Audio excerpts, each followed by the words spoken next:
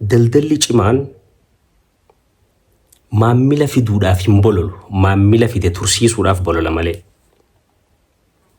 Maammilli sababa ati gatii ol kaafteef sirraan baqatu. Sababoota jahan armaan gadii kanaaf garuu maammilli si baqata. Harka fuunee akkam jirtan nagaa fayyaa hundi keessanuu baga jiraattan welcome back. Barnoonni keenya har'aa akkuma agartan waa'ee maammilaati. Garuu yoo isinii danda'ame viidiyoo tana guutuu laalaa. Guutuu laaluufis yaalaa. Sababni isaatiis YouTube seera jijjiiree jira. Viidiyoo daqiiqaa kana laalanii dhiisuu osoo hin tahin yoo viidiyoo namni bareechee guutuu laalee takka daqiiqaa 5 fi sanii ol laalee namoota birallee akka geessu godha. Itti aansuudhaan namootaaf share godha. Ati qofti fayyadamuun bu'aa siin qabu. Viidiyoon tun akka isin fayyaddu niin beeka. Namoota biraatis akka fayyaddu share godhaaf. Ani yeroo baay'ee share godhaa isiniin hin jiru. Namoonni baay'een kanneen waa gurguran rakkoon isaanii maali? Maammila. Kana qabxii babbareedduu kan inni irraa isinii tuquta. Kallattumaan karaa barnoota keenyaa seen. Maammilli garuu gatiidhaaf sin baqatu. Sababootan jahan armaa gaditti si himuu deemu kanaaf ammoo maammilli akka malee si baqata. Isaan keessaa tokko. Maammilli gatii ol kaafteef osoo hin ta'in kan si baqatu. Gatii meeshaa ati itti ol kaafte osoo hin tahin oomishin keessun bu'aan inni oomisha keessan irraa arkatu gatii san madaalee isatti mul'achuu yoo dhabeedha. Namoonni baay'een gatii qaalitti waan gurguruu jirruu fi gurgurtaan kiyya xiqqaatee jee yaada.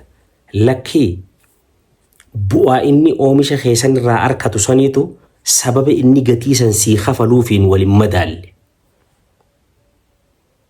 Value waan jennuun jechuudha. Maammilli qaalomiinsa gatii osoo hin tahin waan kanarraa bu'aa akkamiin arkadha? Rakkoo akkamirraa fura? Bu'aan waan kanarraa arkadhu kun ammoo walni madaalaa gatiin waan kanaa kafale saniif. Kanaaf maammilli gatii ati itti ol kaaftu osoo hin tahin bu'aa oomisha keessan irraa arkatu irratti xiyyeeffata. Kana jechuun asirraa wanni baruu qabdu. Bu'aan maammilli oomisha keetirraa arkatu humna gatii jabaa akka taateen dagatiin gatii ol kaasuufis dabaluufis jechuudha. Kan humna jabaa sii ta'u bu'aa maammilli oomisha keessan sanirraa arkatu. Takkaffaan isii tara. Qabxiin lammaffaa. Karaan lammaffaa kan saffisaan maammila itti dhabuu dandeessu maammilli tokko miira sibiratti barbaachisummaa dhabuu isatti dhagaamu jechuudha. Miira ani hin barbaachisuu jaamu akka isatti dhagaamu godhu. Maal jechuu asirratti? Maammilli yeroo dhufu oomisha kee qofa sirraan bitu akkaan viidiyoo amma duraa irratti isin himetti.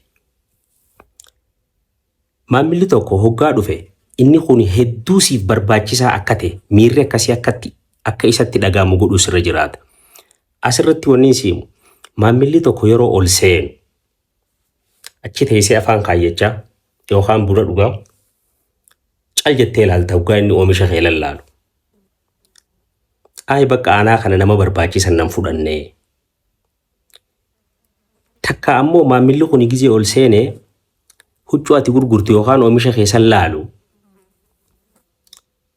Dhihaadhu baga nagaan dhufte seeni. Tunis ni jirti, tanaas ni qabna, tanallee ni qabna. Tuni ammoo huccuu tanaa wajjii wal fakkaatu tagatiin isii irra wayyaati. Sii galee oomishni keenya kun ammoo akkana faayidaa akkana qaba akkasii qaba jettee gargaarta. Hoggaa inni dhufe haatee dhaabbatee taa'e maal barbaachisa? Shaayii buna fiduu. Maammilli kun sibiraa gaafa deeme yeroo dheertuu keessa hawaan sirraa bitallee irraanfatee jiru miira gaafa sibira dhufu isa dhagahame san ammoo hin irraanfatu maammilli. So kanaaf maammila tokko waan sirraa bitachuu deemu san caalaa inni barbaachisaa akka ta'e miirri akkasii akka isatti dhagahamu godhuutu sirra jiraata jechuudha. Kana jechuun maammilli gizee dhufe akka waan namni waliin seenaniitti cal jettee ilaalu sii galtee irraanfachuu isa sanqa godhu jechuudha. Deebitee ammallee in separation adda maammila kana akka addaatti ilaaluuha. Akka addaa garteemi akkasii ol kaatee dhaabbattee tokko ammoo wanni godhu jechuudha. Maammilli dhugaa wal qixaa miti. Akka itti keessummeessitu ammoo wal qixa. Dursa arkachuu fi dursa arkachuu dhabuu irratti wal qixxummaa hin qabne maammilli malee guddaa fi gurgurtaa irratti maammila kanaa fi kaan adda baasuu hin qabdu. Isa dhaabbataa baay'inaan sirraa bitu san gizee dhufe dursa kannuu fi garuu ammoo keessummeessuu irratti wal qixa. Wanni ati beekuu qabdu. Deebitee ammallee waada gizee hundatti diiguudhaan isni kun akka nama hin barbaachifne akka isa dhagaamu godhuu sii galtee keessummeessa dadhabaa sii galtee ammallee mallattoo gartee oomishni kee kun yookaan gatiin isaa oomisha kee kana madaallee isatti agarsiisu jechuudha. Qabxii lammaffaa isii tana fakkaatti qabadhu barreessi. Qabxii sadaffaa every broken promise tokkoo waadaa cabsitu sii galtee yeroo hundaa'uu it is more than one sale gurgurtaa yeroo takkitti ol akka caalu beeka. Kana jechuun maaliin jechuu fedhe amma tokkoon beellamni ati maammila diigaa deemtuu waadaa waan akkanaatiin deliver isinii godhettee seentu diigaa deemtuu qulqullina akkanaatiin isinii kanna jettee qulqullina hin taaneen isaa geessituu sii galtee huni wantoota maammila sirraa fageessaa irraa takka. Maal jenne poor delivery saa akkanatti si dhaqqabeettee boru saa akkasii goota. Sii galtee poor quality product oomisha dadhabaa oomisha akkanaa qulqullinni isaa akkanaa jettee oomishni sun ammoo gizee isa bira dhaqu qulqullina duraan jette saniin kan waliin madaali. Waadaa qulqullinaa ka galte san diiguu waadaa yeroo ittiin oomisha san isaa dabarsitee kannitu diiguu wabii seenteefitu jira amma daldalli tokko waan waggaa takkaaf wabii qaba. Wabii san diiguu sii galee gabaabdumatti unfulfilled promise waadaa guutuun dandeenye deddeebi'iin maammilaa seenuu tokkoon waadaa ati maammilatti cabsitu gurgurtaa yeroo takkaasan caala. Maammilli waada itti diigamu hin fadhu jechuu fadheeti. So gatii itti qaaleessuurra beeylama isaa kabajuu qulqullina jetteen oomisha san geessuu fi waan jette eeguu saniitutu isa biratti irra caala. Gaafa waadaa kana diigaa cabsaa deemte waan jette dhiyeessuu dadhabde yeroo jette dhiyeessuu dadhabde qulqullina jetteen dhiyeessuu dadhabde kuni maammilli akka si baqatu wantoota si godhan keessaa takka jechuudha. Asirraa maal baratta? Amanamummaan hanjaaramu amanamummaan maammilli tokko si amanamuu qabu hanjaaramu yeroo keessa gurgurtaa takka irratti miti over time sii galtee garuu yeroo keessa yoo waa'in asiin jiru kana godhaa deemte obsa dhabdee maammila san dhabaa deemte jechuu sii galtee maammila amanamummaa yeroo keessa akkasi ijaarte sanii waadaa diiguudhaan deddeebitee dhabuu dandeessaa jechuudha. Qabxii sadaffaati isiin tunis barreessinarra. Qabxii afuraffaa ta maammilli akka si baqatu gootu ta biraa confused customer. Maammila confuse godhu jechuudha. Akkana jechuun maal jechuudha? Gabaabdumatti jechuudha. Maammilli kun waan sirraa bitu kanarraa waan arkatu hubachuu wallaaluu jalaa wal dhawuu sii galtee waan ati gurgurtu kana hubachuu dadhabuu what you sell. Maammilli tokko waan ati gurgurtu hin hubanne jechuun akkamitti akka bitachuu qabu hin beeku jechuudha. So kanaafuu oomisha kee gurgurtu san akkaataa salphaa ta'ee fi bifa salphaa ta'een osoo maammila confusing goone yookaan hin jeene jechuudha. Jalaa waliin dhooynatti itti himuu danda'utu sirra jiraata. Yoo gizee beeksiftuus haa ta'u, gizee agarsiistuuf haa ta'u, haala isaan galleen haala isatti ulfaatuun ka ibsituuf haa ta'u taate simply maammilli kun bitachuudhaaf murteessuu hin danda'u ni deema jechuudha. Because ati you are a seller gurguruuf achi teessa. So haala walxaxaa complexity uumuun qabdu. Sii galee fraction waan gartee maaligaa namaan galle amma fakkeenyaaf karaa gufuu heddummaatu yookaan qaruuraa heddummaatu yookaan qoree heddummaatu itti godhuun qabdu salphatti oomisha keessan maal akka ta'ee fi maalummaa oomisha keessan akka inni hubatu salphatti akka godhuutu sirra jiraate jechuudha. So kanaafuu haala walxaxaa fi akkaataa ibsaa walxaxaa fi oomishni kee kanarraa maal akka harkatuu fi maaliif akka bitatu akka isaan galletti isaa ibsuu sirra jiraatu jechuudha. Haala san confuse yoo ka gootu taate maamilli kun lammata sitti hin deebu simply si lagatee deemaa jechuudha. Qabxii meeqaffaatiin siin jee afuraffaatiin siin jee as jalatti osoo hara qabxii shanaffaan dabarre wanni nuti baruu qabnu clarity iftoominninii fi salphistee wanta akka namaa galchuun yookaan salphistee akka maamilaa galtu godhuun karaalee maamila ittiin guddifattu keessaa takkaa jechuu clarity si galtee kana jechuun maal jechuu clarity increases conversations ibsa haasawa maamilaa wajjin gootu kana keessatti qulqullinaa fi iftoomina bifa qabu salphistee ibsuun karaalee maamila ittiin guddifattu keessaa takkaa jechuu ammallees hariiroo haasawaa fi maamila jidduu jiru ol kaafte jechuudha.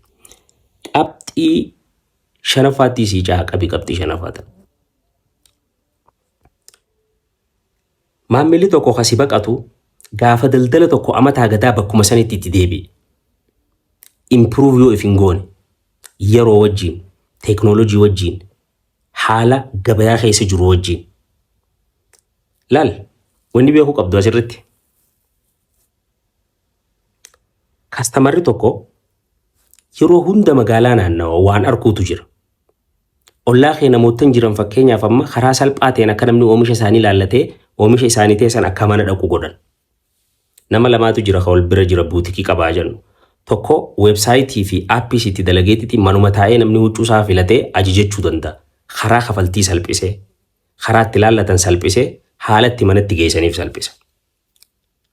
Ati ammoo hoottaanarraa fudhadhaa jettaa haala teknoolojii jiru wajjin hin deemtu. Siigalee deebitee qulqullina mana keetii akkaataa meeshaan keetii teessu dukkaana kee kana fooyyeessaan deemtu. Improvement fooyyeensa agarsiisaan deemtu.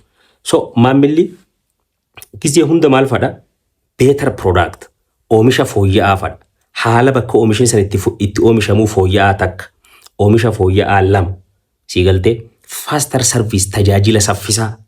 Tajaajila akka duraanirraa fooyyeessaa dhufuu fadha. Siigaltee haala mijataa more convenient akka duraanirraa haala mijeessaa deemuudha fadha. Siigaltee ammallee standing the same. Ammallee akkuma waggaa 5 duraatti yoo kanuma dhaabbattu taate bakkuma san ka jiraattu taate warra saffisa tajaajilaa fide warra oomisha fooyyeesse warra bakkatti oomishamu fooyyeesse warra haala keessummeessaa fooyyeesse warra haala delivery dhaqqabsiisuu fooyyeesse karas deema jechuun maamilli si lagatee. Qabxii shanaffaati. As jalatti maal barachuu qabda ammaasitti? Fooyya'insi itti fufiinsa qabu. Oomishaan wal qabsiisee, tajaajilaan wal qabsiisee, iddoo qulqullinaan wal qabsiisee, kafaltii salphisuu wal qabsiisee. Siigaltee? Kuni maal godha? Maamilli kee tokko yeroo dheertuuf akka turu, akkasitti deddeebi'u, akkas hin baqanne godhaa jechuudha. Qabxii shanii si himee gurra si calawu. Kara qabxii jahaffaattiin si caa. Qabxiin jahaffaa the biggest competitor isn't another business jar. Dorgomaan kee cimaan biizinasa biraa yookaan abbaa biizinasa biraa kasimaddii jiru sanii miti. It is customer disappointment. Sitti mufatiinsa maamilaati malee. Maamila mufachiisuu jechuudha. Gabaabdumatti maal jechuu ammaa asirratti? Maamilli mufate tokko. Laal. Maamilli mufate tokko dorgomaa kiyya bira dhaqaa jettee rakkattaati. Lakkii maamilli mufate tokko sirraa bitachuun dhiisu sirraa bitata deebi'ee fakkeenyaaf. Garuu wanni jabduun inni si dhorku. Atii kana nama biraatiif xoqqomuu yookaan rikamandi godhuu isarraa namni biraa akkan dhufne. Karaa maamilli dhufuun sirraa cufuu danda'a jechuudha. Irra baay'een namaa yoo maamila mufachiise dorgomaa kiyyaan na jalaa fudhataa jee yaada. Dhugaa dorgomaanis akkatti si jalaa fudhatuutu jira. Garuu wanni jabduun ati dhabdu inni sun yoo sirraa bitellee maamilli biraa akkan dhufne godha. Yoo deemes word of mouth waan jennuunitu jira siigaltee. Yoo deemes maamiloonni biraa akka karaa keen dhufne daangaa kaaya jechuudha. So gizee hunda dorgomaa kee caalaa maammila mufachiisuu karaalee garagaraatiin qabxii jaaffaan siin jeetana sirri qabe. Kuni maal si agarsiisa? One poor experience muuxannoon maammilaa dadhabaan tokko jechuudha. Dadhabiinsa ka qabu tokko yookaan maammila mufachiisuu haati agarsiisu tokko ulfaatina kabaja ulfaatina maammila san bira qabdu zeerotti cabsee gad deebisuu danda'a jechuudha. Akka namni isarraan dhufne godhu dabalataan innummaan sunillee deemu jechuudha. Yoo sirraa bitellee karaa maammila biraa cufuu jechuudha. Gabaabdumatti barnoota keenya kana gizee walii qabnu daldalli cimaan tokko yookaan daldalaan cimaan maammila karaa isaa fiduudhaaf hin bololu yeroo takkallee maammila tursiisuudhaaf bolola malee akkamittiin tursiisaadhaaf. Sii galaa miti? So, customer loyalty amanamummaan maammilaa utubaalee 4 jajjabaa kanarratti hundaa'u. Tokkoffaa deliver real value. Bu'aa oomisha keetirraa argatu bu'aa dhugaa kan inni oomisha keetirraa argatu san deliver dhaqqabsiisuu danda'u. Takka. Lammaffaa build trust through consistency. Amanamummaa jaaruu itti fufiinsa keessa jechuudha. Sadaffaa make every interaction easy. Qunnamtii maammilli si qunnamu hunda karaa salphaadhaan akkaataa salphatti akka maammilli si qunnamu karaa hunda salphisuu fi danda'u jechuudha. Karaa kafaltii, karaa tajaajilaa, karaa itti ilaallatu waan kana hunda salphisuu fi danda'u jechuudha. Afuraffaan treat every customer maammila hunda treat godhuu ankabaakabuu yookaan tajaajilu jechuudha. As someone whose next purchase is earned.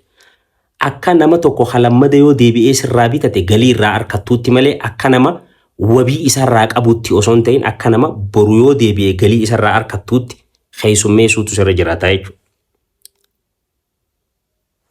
Qabxiilee 6 tana barreeffattee sirriitti itti hojjannaan maammilli akkas hin baqanne shakii takka hin qabu. Viidiyoo guutuu ilaaluun dagatinaa, subscribe fi like share godhuun dagatinaa. Barnoota itti aanu walitti deebinaa. Itti fufiinsaan barnoota keenya kan itti fufnu ta'a. Isin subscribe fi like godhaan isin jaa. Peace.